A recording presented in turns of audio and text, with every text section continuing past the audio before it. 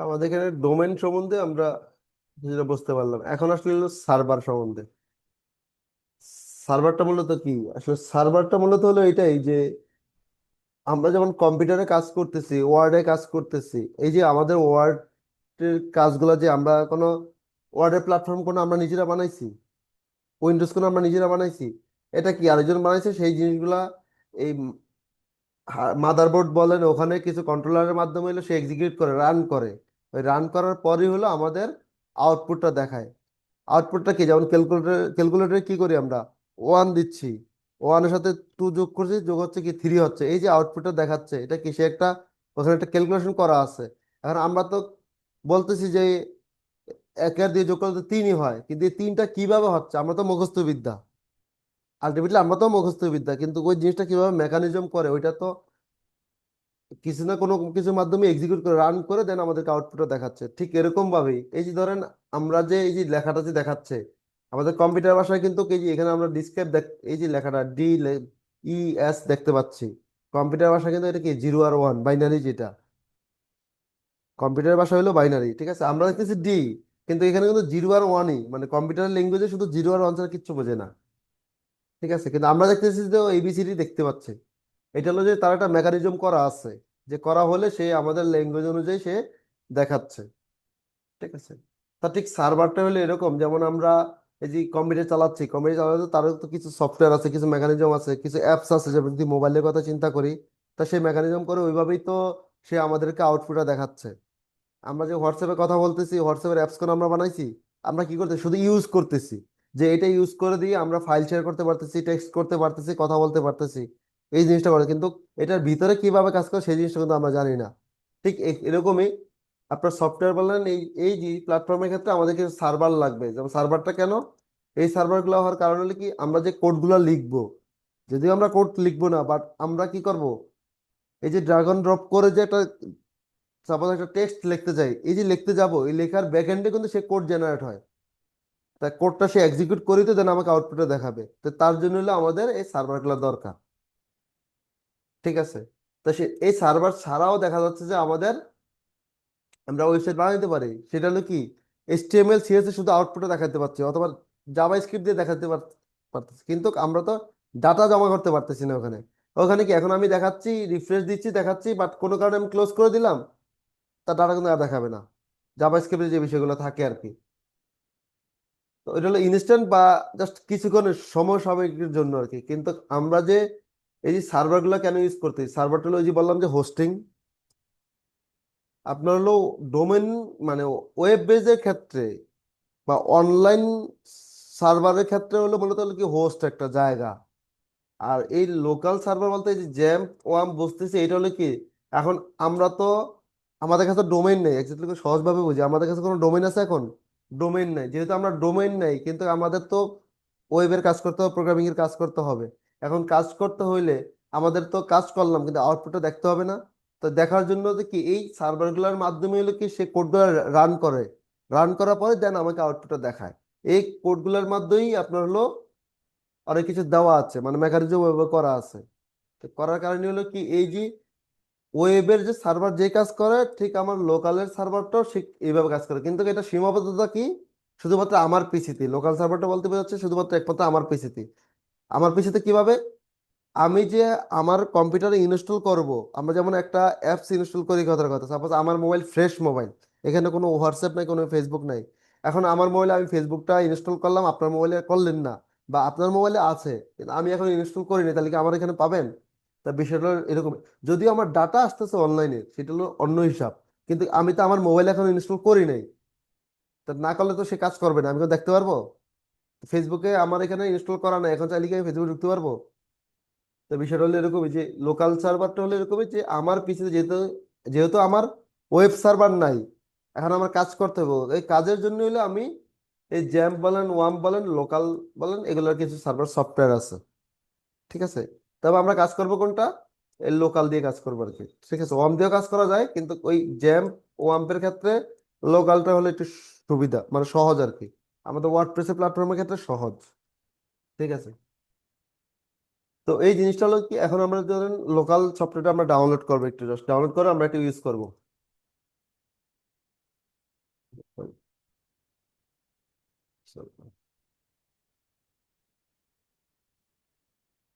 এই দেখেন local server, এই যে দেখেন লোকাল সার্ভার যখন আমরা দিচ্ছি তখন কিন্তু সে আমাদের এই যে Windows installing local Windows like is any other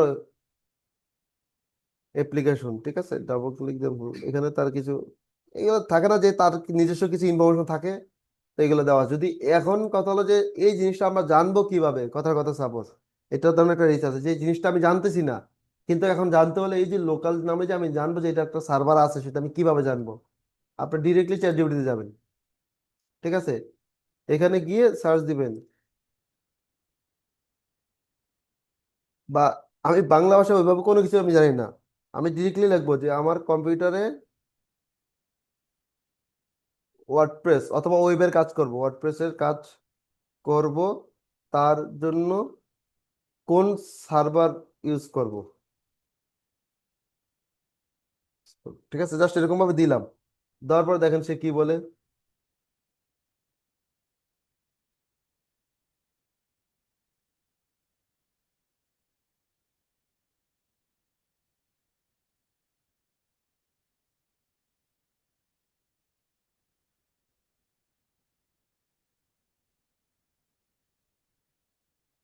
এই দেখেন এখানে সে সুন্দরভাবে কিন্তু সে ডকুমেন্টেশন দিয়ে দিল আমাকে, লোকাল সার্ভার সফটওয়্যার তালিকা, জ্যাম্প আছে, উইন্ডোজ ম্যাক লিনাক্স, মানে আমাদের তো উইন্ডোজ তো অপারেটিং সিস্টেম, এটা তো উইন্ডোজ বলতে কি অপারেটিং সিস্টেম তো কয়েক ধরনের আছে, লিনাক্স আছে, ম্যাক আছে, ঠিক আছে, তারপর উইন্ডোজ আছে, তো আমরা তো সবাই তো উইন্ডোজই ইউজ করতেছি, তো সে বলছে কি জ্যাম্প আছে, তারপর এই যে লোকাল বাই ফ্লাইওয়েল আছে, ঠিক আছে, তারপর ম্যাম্প আছে, ওয়ার্ম সার্ভার আছে, ঠিক আছে, তো এরকম আছে, তার মধ্যে হলো যে আমাদের লোকাল নামেও একটা সফটওয়্যার আছে, সে হয়তো বা এটা সাজেস্ট করে নাই, ঠিক আছে, তো এরকম যদি আমরা বলি যে আমার একটা লিস্ট দাও, যে আমাদের লোকাল সার্ভারের জন্য একটা লিস্ট দাও, দেখি তো সে কি দেয়।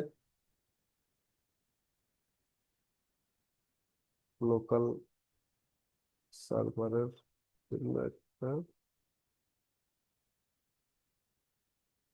জন্য সফটওয়্যার লিস্ট,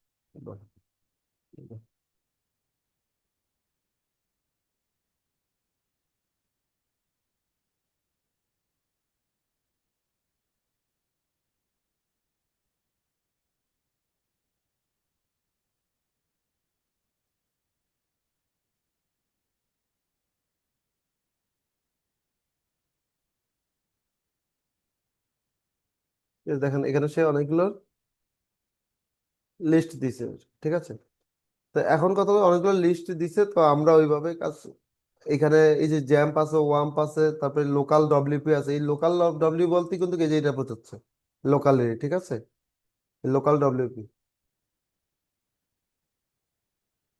ঠিক আছে, তারপরে যে ওয়ার্ম সার্ভার ম্যাম্প, এগুলোতে সবগুলোতে আসলে কাজ করেনি, কাজ করছিল তিনটাতে, ওয়ার্ম, তারপর হলো জ্যাম্প, তারপর আপনার হলো লোকাল, এই তিনটাতে কাজ করা হয়েছে, ওগুলোতে বাকিগুলোতে কাজ করা নেই। তো যাই হোক এখানে সে তার মতো করে যে যতগুলো আছে সেটা লিস্ট দিচ্ছে, ঠিক আছে, তো এখন হলো আমরা এই যে ওয়ার্মটা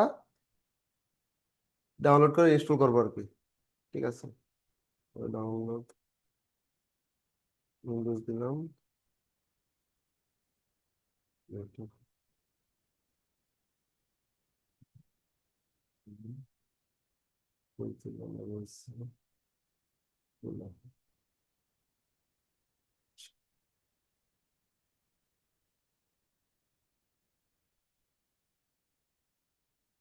এটা জাস্ট একটা মেল দিলাম, কারণ তা না হলে দেখা যাচ্ছে যে অফিসিয়াল কোনো মেল দিলে বারবার সে নোটিফিকেশন দিবে আর কি, তো এইটাও একটা অড লাগে, তখন আননেসেসারি কিছু মেল আসবে আর কি। তো দেখা যাচ্ছে যে এই যে এখন আমরা ডাউনলোড হচ্ছে আর কি,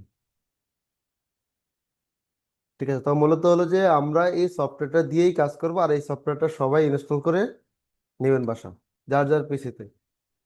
আমাদের যেটা টার্গেট যে কাজ শিকার আমরা কিন্তু অলরেডি শুরু করে দিছি, ঠিক আছে, আর এখন থেকে যদি ক্লাস মিস করেন, এটা মনে করবেন যে পরের ক্লাসে কিচ্ছু বুঝবেন না, হয়তো ভিডিও দেখে। তো আমাদের এটা ডাউনলোড হয়ে গেছে, ঠিক আছে, এখন আমরা এগুলো ইনস্টল করব।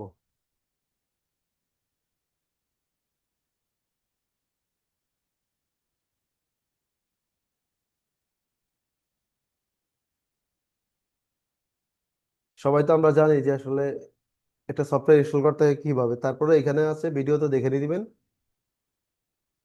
নেক্সট দিলাম। এটা হলো ডিরেকশন। ডিরেকশন বলতে কি আপনি কোন ডিরেক্টরিতে, ডিরেক্টরি আর কি, কোন ফোল্ডারে আপনি ইনস্টল করতে চাচ্ছেন, তো এটা ডিফল্ট হিসেবে সবসময় থাকে। ইনস্টল করে দিলাম।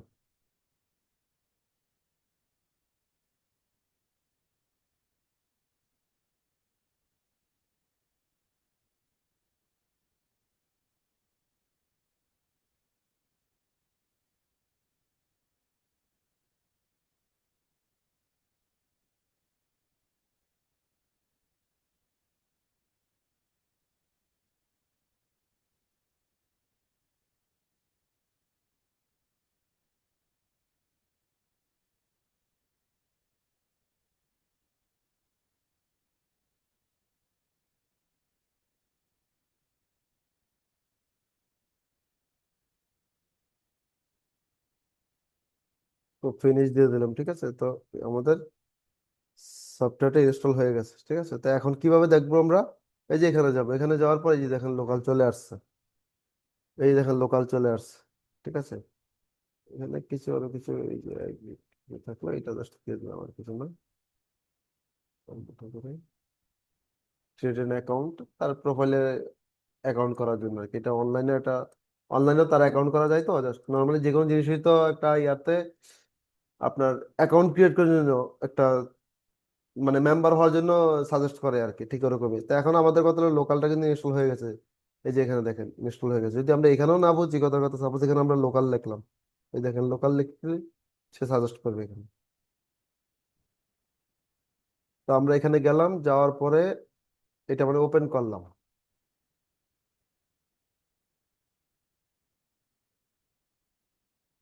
ওপেন হয়ে গেছে এখানে, ঠিক আছে। যে ক্রিয়েট নিউ এ সাইট, ঠিক আছে, just create a new site দিলাম।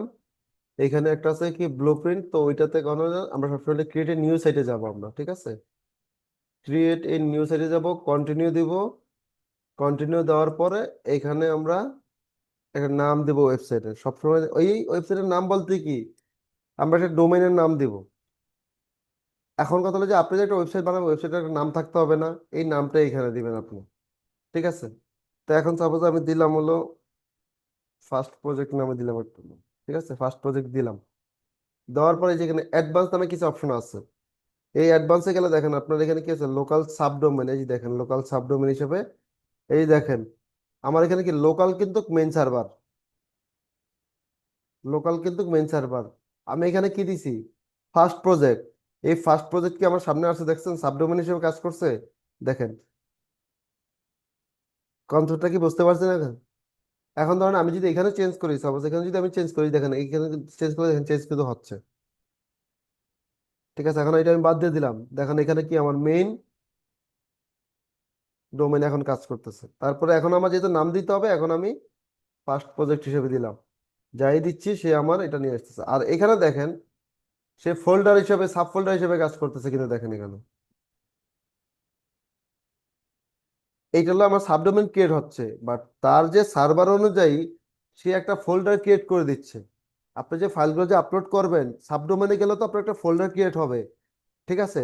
তা বিষয়টা হলো কি সে একটা আপনাকে লোকেশনের ম্যাপ যে এরকমটা থাকে, যে আপনার লোকেশন বলতে কি একটা রিলেশন থাকে না, যেমন আপনার আমরা যদি কম্পিউটারের ক্ষেত্রে যদি যাই, মাই কম্পিউটারের ক্ষেত্রে দেখেন আমাদের কি আছে এখানে।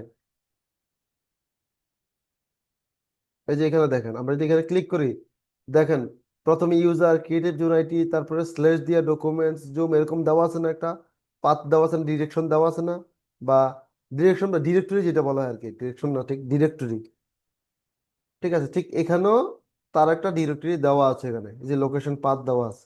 তো এখন আমরা কন্টিনিউ দিলাম, প্রিফায়ার দিলাম। কাস্টমে গেলে দেখেন এখানে পিএইচপির ভার্সন বিভিন্ন ধরনের অপশন থাকে আর কি, ঠিক আছে। তো আমরা ওইভাবে যাবো না, যেটা সে ডিফল্ট হিসেবে সাজেস্ট করে আমরা ওইটাতেই যাব। তো কন্টিনিউ করলাম। কন্টিনিউ করার মানে হলো এখানে তার ওয়ার্ডপ্রেস ইউজার নেম, মানে আমাদের প্ল্যাটফর্মটা হবে এরকম।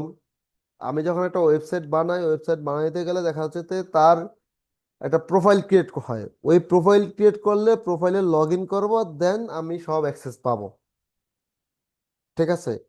তো এখানেও ঠিক এখন আমার কথা যে আমি ওয়ার্ডপ্রেস ইনস্টল এখন কিন্তু ডিরেক্টলি ওয়ার্ডপ্রেস ইনস্টল হয়ে যাচ্ছে, আমরা ম্যানুয়ালি শিখবো। সেটা হলো একটা সাবডোমেন হোক বা যেটাই হোক, আমরা একটা ম্যানুয়ালি শিখবো যে কিভাবে আমি একটা ওয়ার্ডপ্রেস ইনস্টল দিই, অথবা সাবডোমেনে কিভাবে হোস্টিং থেকে কিভাবে ডিরেক্টলি আমি এটা ওয়ান ক্লিকের মাধ্যমে ওয়ার্ডপ্রেস ইনস্টল দিই সেটা দেখবো। আর এটা হলো কি লোকালের মাধ্যমে কিভাবে আমি একটা ওয়ার্ডপ্রেস ইনস্টল দিচ্ছি সেটা কিন্তু এখানে দেখানো হচ্ছে। প্রত্যেকটা তিনটা ইয়া আছে এখানে, মাধ্যম আর কি। তো এখন কথা হচ্ছে আমি একটা ওয়ার্ডপ্রেস, এই যে আমি যে ফার্স্ট প্রজেক্ট নামে যে ইয়া করলাম, এই দেখেন ব্যাকে যাই, ঠিক আছে, এই যে ফার্স্ট প্রজেক্ট নামে কি আমি একটা ওয়েবসাইট বানাচ্ছি কিন্তু। তো এখন ওয়েবসাইট বানাতে গেলে এখন আমি ওয়ার্ডপ্রেস ইনস্টল দিব। তো ওয়ার্ডপ্রেস ইনস্টল দিতে গেলে আমার ওয়ার্ডপ্রেসের ইনস্টল দিতে গেলে আমি যখন ইনস্টলটা দিব তখন হলো তার মধ্যে যে আমি লগ ইন করবো। এখন আমি ইনস্টল যদি কমপ্লিট করে ফেলি তাহলে তো তার মধ্যে অ্যাক্সেস কি আমি তো কন্ট্রোল জানতে পারতেছি না। তো তার আগেই সে দেখাচ্ছে যে তুমি যখন ওয়ার্ডপ্রেসটা ইনস্টল দিবা তখন তোমার কন্ট্রোল অ্যাক্সেসটা তুমি আগে নিজে তৈরি করে নাও, দেন তুমি ওইভাবে অ্যাক্সেসটা লগ ইন করতে পারবা। তো এখন সাপোজ ইউজার নেমটা দিলাম, সাপোজ আমি মনে করেন যে এডমিন হিসেবে দিলাম, ঠিক আছে, এটা হলো ইউজার নেম। তারপর পাসওয়ার্ড, পাসওয়ার্ডও এডমিন হিসেবে দিলাম। এটা একটু দেখে নিলাম। এটা হলো মেলটা হলো যে তাদের লোকালি একটা ডিফল্ট মেল, ঠিক আছে, তো আমরা ওই মেলটা ইউজ করলাম। এগুলো মেল চেঞ্জ করা যায় পরবর্তীতে, ওইগুলো আমরা দেখবো। তো এখানেও দেখেন অ্যাডভান্সে গেলে এখানে অ্যাডভান্স অপশন দেখেন, প্রত্যেকটাতে গেলে কিন্তু এখানেও দেখেন কিছু অ্যাডভান্স অপশন, এই যে ফার্স্ট প্রজেক্টে এখানে কিছু অ্যাডভান্স অপশন আছে, ঠিক আছে। ঠিক আমরা যদি আবার কন্টিনিউ দিলাম এখানে, তো এখানেও তার কিছু অ্যাডভান্স অপশন আছে।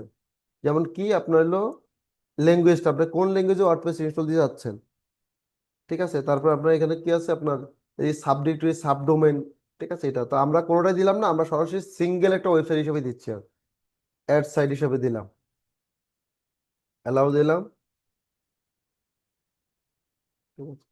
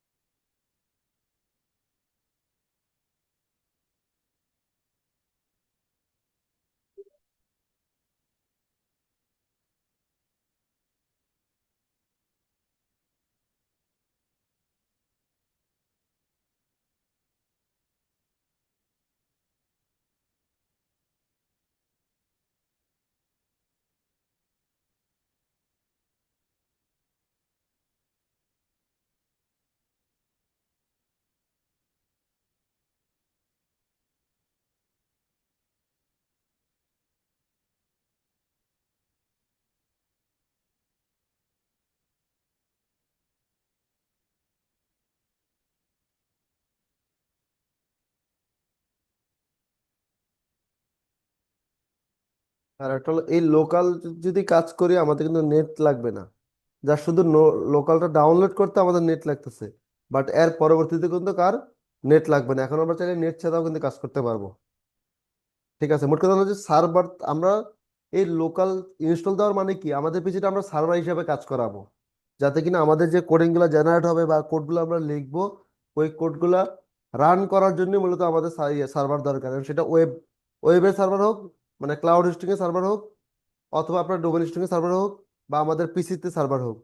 তো ওই জিনিসটার জন্যই মূলত যখন এই লোকালটা ইউজ করতে, লোকালটা হলে কি আমাদের পিসির জন্য, যে হ্যাঁ আমাদের পিসিটা সে সার্ভার হিসেবে কাজ করবে, মানে আমাদের কোডগুলো রান করবে আর কি, ঠিক আছে। তো এখন দেখেন আমাদের ওয়ার্ডপ্রেসটা কিন্তু ইনস্টল হয়ে গেছে। ইনস্টল হয়ে যাওয়ার পরে দেখেন এই যে এখানে, এই যে এখানে গ্রিন সাইন মানে কি তার এখানে মানে অলরেডি ওপেন করা আছে, মানে ওপেন রান করা আছে, ঠিক আছে। এখন চাইলে আমরা এটা বন্ধ স্টপ করে দিতে পারবো, ঠিক আছে।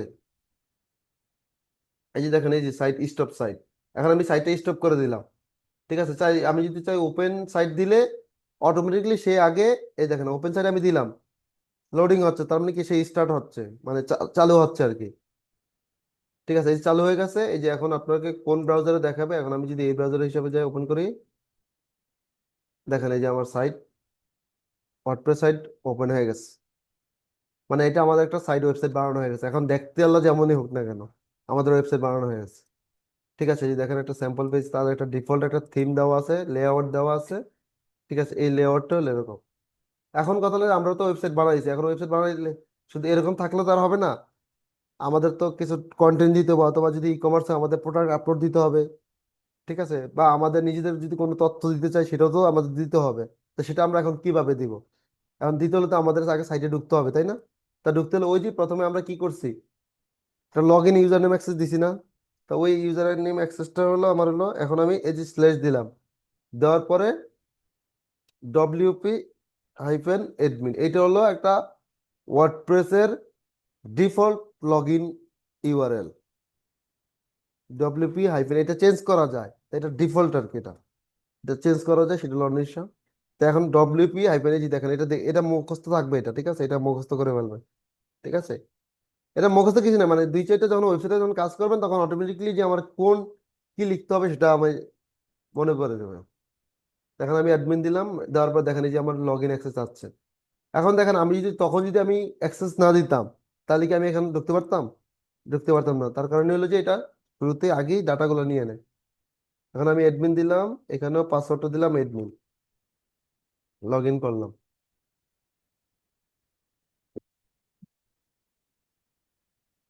এই দেখেন আমার ওয়েবসাইটে লগ ইন, মানে ড্যাশবোর্ডে। ড্যাশবোর্ড বলতে বোঝাচ্ছে যে আমরা যখন একটা প্রোফাইলে ফেসবুকে যখন আমরা লগ ইন করি, লগ ইন লগ আউটের ক্ষেত্রে কিন্তু আমরা অনেক কিছু দেখতে পারি না। যখন আবার লগ ইন করি আমাদের কিন্তু নিউজ ফিড থাকে, আমাদের স্টোরিগুলো থাকে, বা বিভিন্ন কিছু আমরা অনেক কিছু পারমিশন পাই। আর লগ আউটে থাকা অবস্থা থাকলে কিন্তু এই যে ধরেন আমি যদি এখন ফেসবুকে যাই কথা কথা ডিরেক্টলি, ঠিক আছে, ফেসবুকে গেলাম, সেটাতে তো অবশ্যই ইয়ে আছে। তো ওইভাবে না গিয়ে আমি যদি গেস্ট পড়ে যাই, সাপোজ এখান থেকে গিয়ে গেস্ট পড়ে গেলাম, দিলাম এটা। এখন দেখেন এখানে কি আমি কিছু কোনো কিছু পাচ্ছি? পাচ্ছি না। তার মানে কি আমি লগ ইন করলে দেন আমার অনেক কিছু ইনফরমেশন আমি অ্যাক্সেস পাই। ঠিক এখানে এরকমই, আপনি যখন একটা ড্যাশবোর্ডে ওয়ার্ডপ্রেসের একটা ড্যাশবোর্ডে লগ ইন করবেন তখন কি তার যে টুলস গুলো আছে আপনি ইউজ করতে পারবেন। যেমন আমরা ফেসবুকে লগ আউট অবস্থা থাকলে, লগ আউট বলতে কি, লগ ইন করে নেই, তখন কোনো আমি কোনো পোস্ট দিতে পারতেছি, আমি স্টোরি দিতে পারতেছি, কোনো কিছু দেখতেও পারতেছি না, দিতেও পারতেছি না, মানে কোনো অ্যাক্সেস নাই। ঠিক এখানে এরকমই, আপনি বাইরে থাকবেন, বাইরের আউটপুট দেখবেন, কিন্তু ড্যাশবোর্ডে অ্যাক্সেস। এই হলো আমাদের ওয়ার্ডপ্রেসের ড্যাশবোর্ড। এখান থেকে আমরা অনেক কিছু, মানে মূলত অনেক কিছু না, মানে আমরা সব কাজে ড্যাশবোর্ডে লগ ইন করে কাজ করবো।